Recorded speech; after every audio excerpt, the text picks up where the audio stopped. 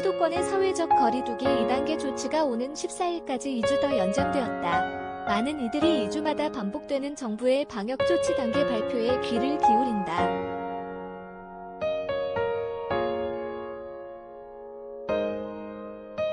일상생활 혹은 생계와 밀접한 관계가 있기 때문이다.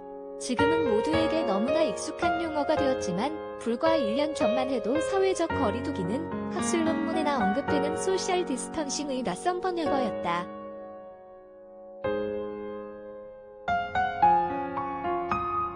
신종 감염병이기에 누구에게도 항체가 존재하지 않고 백신과 치료제도 개발되지 않은 상황에서 코로나19 유행 통제는 오로지 공중보건 개입에 의존할 수밖에 없었다.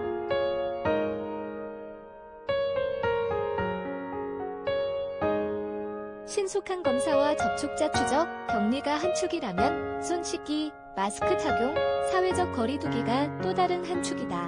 후자의 조치들은 정부의 노력만이 아니라 시민들의 협조와 참여가 절대적이다.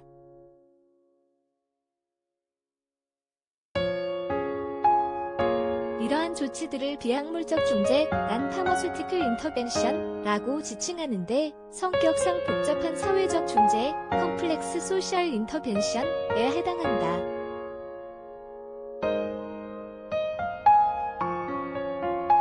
이는 엄격하게 통제된 실험실 환경에서 어떠한 목적의식이나 의지가 없는 피실험 대상자들에게 연구자가 정해진 프로토콜에 따라 일방적으로 중재를 가하는 것과 전혀 다르다.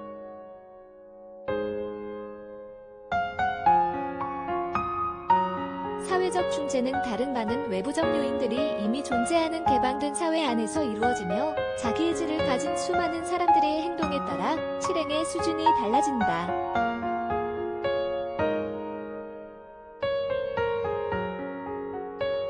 많은 이가 깜빡하고 수칙을 잊어버릴 수 있고 열심히 실천하려 했지만 주어진 환경 때문에 그대로 실행에 옮기지 못하는 경우도 있으며 수칙의 내용을 제대로 이해하지 못하거나 때로는 일부러 수칙에 반하는 행동을 할 수도 있다.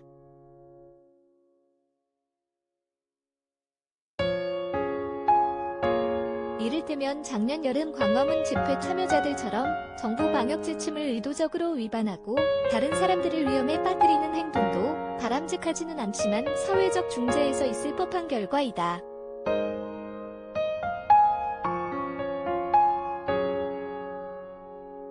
이해할 수 없는 행동을 하는 사람들은 항상 있어왔다. 그런가 하면 임종이 임박한 위독한 노부모를 만나기 위해 자가격리 지침을 위반했다가 벌금형을 선고받은 시민의 안타까운 상황 역시 복잡한 현실의 일면이다.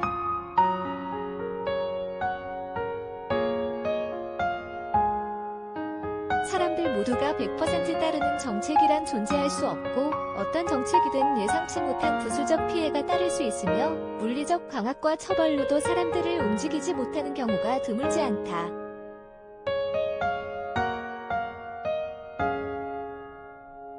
사회적 거리두기는 모두에게 동일 수준으로 적용될 수 없다. 무작정 강력한 제한 조치가 코로나19와의 전쟁에서 승리를 가져다 주진 않는다. 시 공동 취재진 특히 사회적 거리두기는 사람들이 처한 여건에 따라 실천할 수 있는 역량이 다르고 그에 따라 치러야 할 대가도 다르다는 점에서 어렵고 논란도 많은 중재다.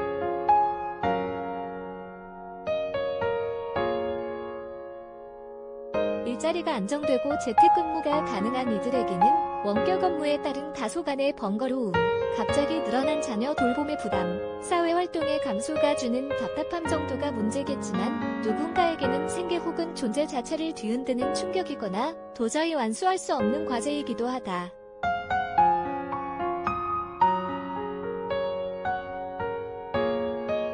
학교와 보육시설이 문을 닫고 해외여행길이 막히고 공연과 대중행사를 할 수 없게 되면서 이들 부문에서 일하는 노동자들은 일찌감치 해고 위협과 소득 상실에 직면해야 했다.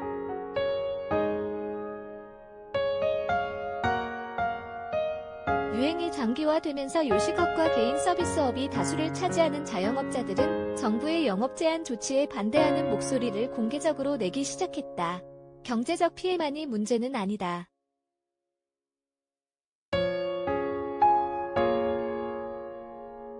원격 수업이 지속되면서 가정의 돌봄 역량 차이에 따른 어린이들의 인지적, 정서적, 사회적 발달 격차 문제가 심각하게 대두하고 있다. 사회복지시설이나 공공서비스를 이용하던 이들, 대개의 건강 문제나 사회경제적 어려움을 이미 가지고 있던 이들은 더 큰 공경에 직면했다.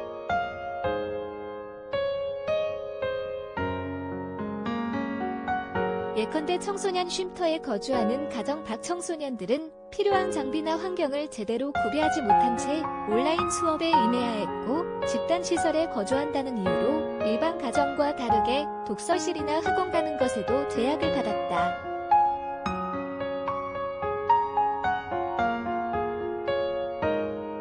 거리 청소년을 위한 아웃리치 활동도 축소되어 도움의 손길이 절박한 아이들을 놓치기도 했다. 5인 이상 집합금지 수칙을 지키고 싶어도 여럿이 공동 생활해야 하는 비좁은 쉼터에서 이는 사실상 불가능하며 접촉 의심 사례가 발생해도 격리 자체가 마땅치 않다. 인권 기반 코로나19 방역 체계 구축을 위한 사례 연구 참조.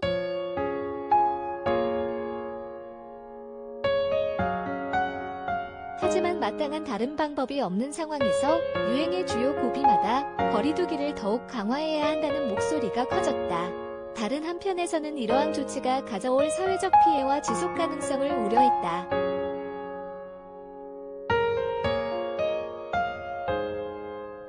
정파적 논쟁처럼 비춰지기도 했지만 강조점에 따라 전문가들 사이에서도 의견이 갈린다. 이를테면 작년 10월 초에 발표된 그레이트 베링턴 선언 바로 보기은 강력한 거리두기 조치가 아동 예방 접종률 감소, 심혈관 질환 악화, 암 검진 감소, 정신 건강 악화, 경기 하락과 불평등, 그리고 이로부터 초래된 장기적 건강 피해를 가져올 수 있다는 점을 지적했다.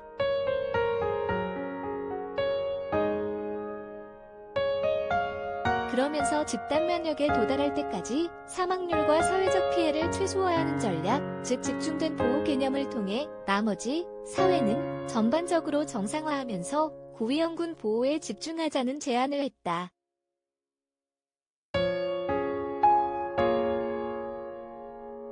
예컨대 양로원에 면역력이 있는 직원을 채용하고 직원과 방문자 검사를 강화하며 직원 교체를 최소화하자는 식이다.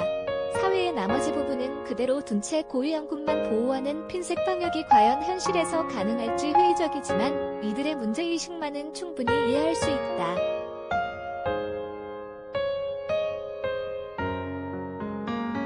열흘 뒤 또 다른 일군의 공중보건 전문가들이 존 스노우 제안서 바로 보기를 저명학술 지어낸 호라살과로 렌시 닦는 호라살과로에 발표했다.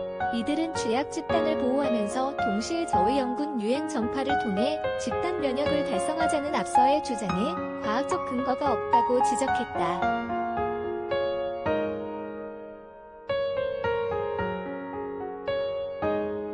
청년층 감염이 완전히 위험하지 않은 것이 아니며 감염 이후 면역이 얼마나 지속되는지도 확실치 않은 상황에서 이러한 접근은 지역사회 유행을 지속시키면서 보건의료 체계에 상당한 부담을 가져오고 오히려 불평등을 심화할 수 있다는 것이다.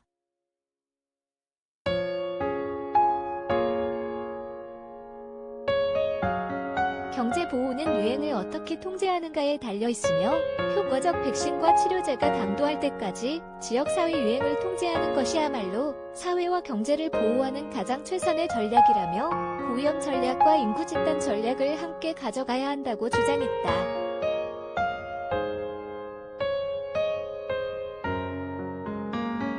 그렇다고 이들의 주장이 사회적 거리두기에서 초래된 각종 건강, 사회적 문제들이 미미하다고 말하는 것은 아니었다. 일견 상반된 것처럼 보이지만 이들 주장이 공통적으로 전제하는 것이 있다.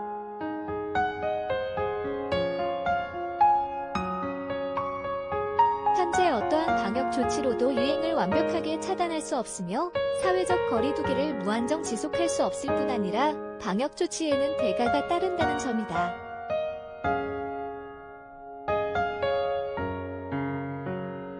아마도 많은 이들이 부작용이 좀 있더라도 아예 한 달 동안 완벽하게 봉쇄를 해서 유행을 끝장내고 싶다는 생각을 해본 적이 있을 것이다. 코로나19 유행 초기 언론 기사에서 이러한 종류의 댓글들을 쉽게 만날 수 있었다.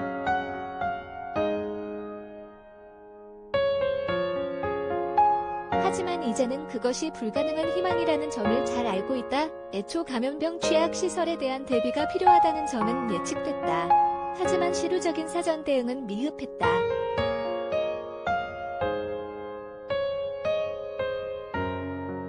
사진은 경남 창원시 민원콜센터의 근무 모습. 사진은 기사의 특정 내용과 관련 없음. 시 창원시청 우리는 위험을 제로로 만드는 것이 아니라 감당 가능한 수준으로 통제하고 그에 따른 보건학적, 사회경제적 부작용을 최소화하는 것을 목표로 할 수밖에 없다.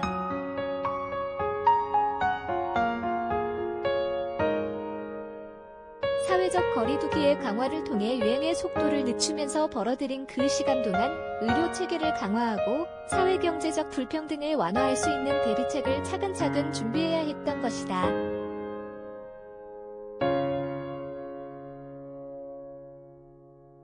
한국 사회의 방역 성과를 코로나19 발생률과 사망률, 전반적 경제지표 측면에서 본다면 국제적으로 양호한 편에 속한다. 그럼에도 아쉬운 부분은 이렇게 벌어들인 시간에 충분한 대비를 하지 못했다는 것이다.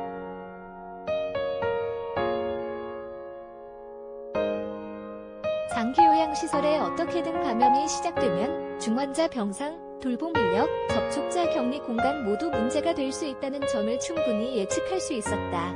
교정시설에도 이주 노동자가 집단으로 거주하는 기숙사에도 애초에 5인 이상 집합금지 같은 사회적 거리두기가 불가능하다는 점이 분명했다.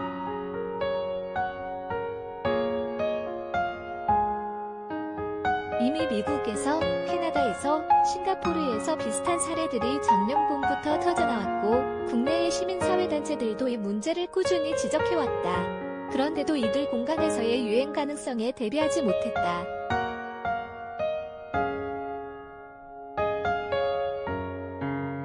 독서실과 학원은 영업을 하는데 학교와 공공도서관은 오히려 문을 닫는 희한한 상황도 1년 내내 반복되었다. 여러 명이 비닐하우스라는 밀폐 공간에서 하루 종일 함께 농작업을 하는 것은 괜찮지만 기숙사에서 개인적 모임을 가지면 방역수칙 위반이 되는 기묘한 상황도 현재 진행형이다.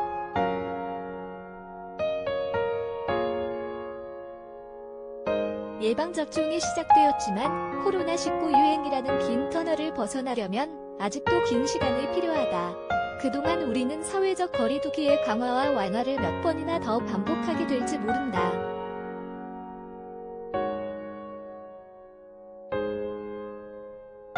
사람들이 이러한 조치를 따르기 어렵게 만드는 제약 조건들이 무엇인지 파악하고 어떻게 해야 부정적 효과를 최소화할 수 있는지 진단하는 것은 늦었지만 지금이라도 해야 한다.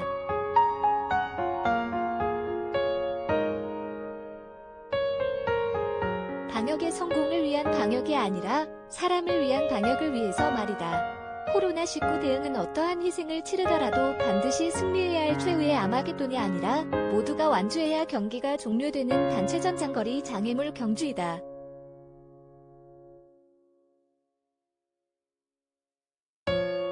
가늘게, 길게, 그리고 동료 인간에 대한 애틋함으로 함께 나아갈 때만이 우리는 이 레이스를 완주할 수 있을 것이다.